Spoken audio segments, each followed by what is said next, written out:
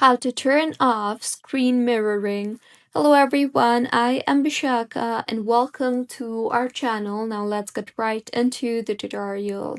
Firstly, go ahead and launch the settings application on your device. Here, tap on General and then tap on the AirPlay and Continuity option you see there. Further, tap on the Automatically AirPlay option and then go ahead and select the Never option you see there, and with this, screen mirroring on your iPhone will be disabled. As you can see here in my control center too, I do not have the screen mirroring option. So this is how you can disable or remove screen mirroring from your iPhone. If you find this tutorial helpful, please like the video and do comment if you have any queries. Also, do subscribe to our channel for more helpful tutorials like this. See you on the next one.